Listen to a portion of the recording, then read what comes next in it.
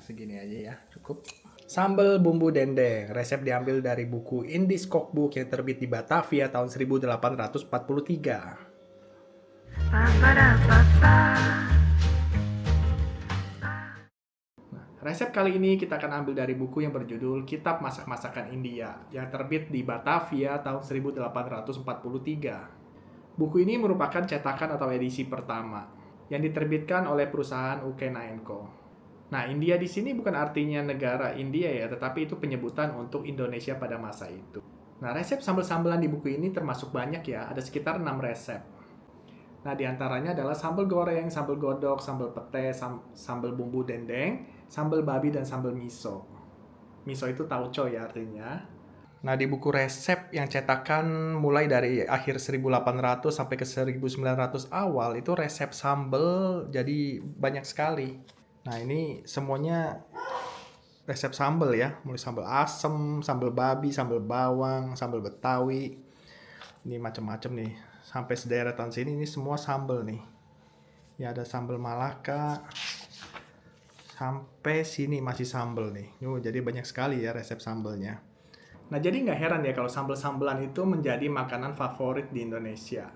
Kalau kita ngomongin sambal, tentunya tidak lepas dari satu bahan yang paling penting, yaitu cabai. Nah, sebetulnya tanaman cabai itu aslinya bukan dari Indonesia, tetapi itu dibawa oleh pedagang-pedagang Portugis dari benua Amerika. Nah, kita lihat satu artikel dari website Kemendikbud, yaitu sambal, jejak jalur rempah dalam kuliner ikonis Indonesia. Nah, kita baca sedikit artikel di sini ya. Awal mula cabai itu bukanlah tanaman endemik Indonesia, tetapi tanaman ini berasal dari benua Amerika yang dibawa masuk ke Asia Tenggara bersamaan dengan sekitar 2000-an jenis tumbuhan lainnya pada abad ke-16 oleh para pelaut Portugis dan Spanyol. Pada masa itu, Nusantara merupakan poros global dari jalur rempah di mana berbagai bangsa berlayar datang untuk mencari komoditas rempah-rempah. Kita baca resepnya ya. Sambal bumbu dendeng. Ambil dulu dendeng kerbau dan habis bakar. Kalau sudah bakar, ambil itu dendeng dan tumbuk atas lumpang batu. Taruh terasi, bawang putih, cabai lombok, jeruk purut, garam, dan kencur sepotong. Kalau sudah matang, boleh makan sama ketupat. Kita coba aja yuk. Nah, ini bahan-bahannya ya. Kita pakai dendeng, tapi dendeng kerbau agak susah, jadi kita pakai dendeng sapi yang umum aja. Nah, ini ada jeruk purut, ada bawang putih, ada terasi, ada kencur, sama cabai. Cabai kita pakai cabai gede dan cabai keriting ya, biar nggak terlalu pedes. Nanti dendengnya kita rendam dulu biar agak lemas, baru kita bakar. Terus ininya kita potong-potong kecil-kecil.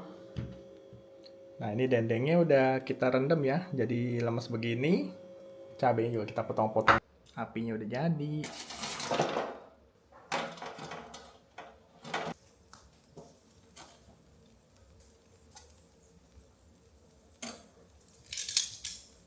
Nah, segini aja ya, cukup.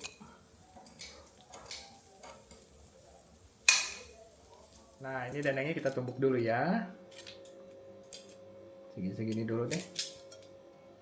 Nah, ini yang udah kita ketumbuk. Ini jadi kayak abon ya, kayak suwir-suwir gitu, kayak abon. Dan ternyata di buku resep yang berbahasa Belanda itu, ini resepnya ini namanya berubah menjadi sambal bubuk dendeng, bukannya sambal bumbu dendeng lagi, sambal bubuk dendeng. Dan ini semuanya sama ya, bahannya sama, tapi di sini dia ada keterangannya, ada tulisannya at stamp dit further thought powder. Itu artinya ditumbuk sampai halus, halusnya itu seperti bubuk gitu. Berarti ini sambal ini sebetulnya halus nih. Tapi intinya itu adalah sebetulnya ini sambalnya itu agak halus ya, bukan seperti dendeng apa tuh namanya itu, dendeng yang di masakan Padang ya, yang balado gitu. Nah, ini cabenya udah kita blender ya. Ini udah lumayan halus. Tapi ini jeruk purutnya takutnya pahit sekali ya kalau sama ininya ya. Sama apa namanya itu, sama kulitnya. Jadi kita nggak usah masukin banyak-banyak deh. Nanti kalau udah jadi kita peras aja airnya. Mungkin. Nah, kita masukin minyak kelapa. Kita goreng dendengnya dulu ya. Goreng sebentar aja.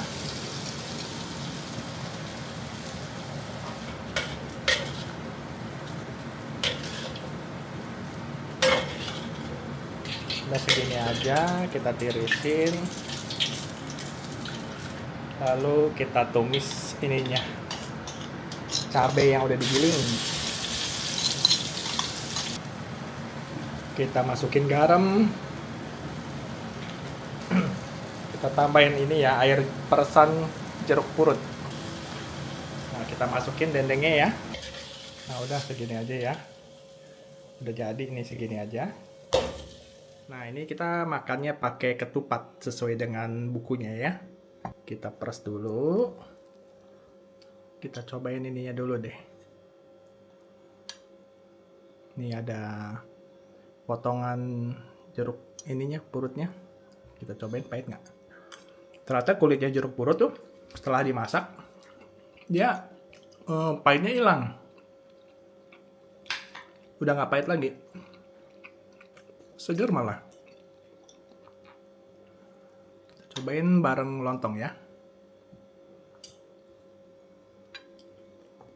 Satu hal yang bikin kaget ya, ini menu-menu di buku-buku kuno ini semuanya enak-enak loh. Ini nggak harus pakai lontong ya, pakai nasi juga enak ini. Enak banget. Oke, ini akan kita habisin. Sampai jumpa lagi di resep berikutnya yang lebih jadul lagi dan lebih unik lagi. Dah.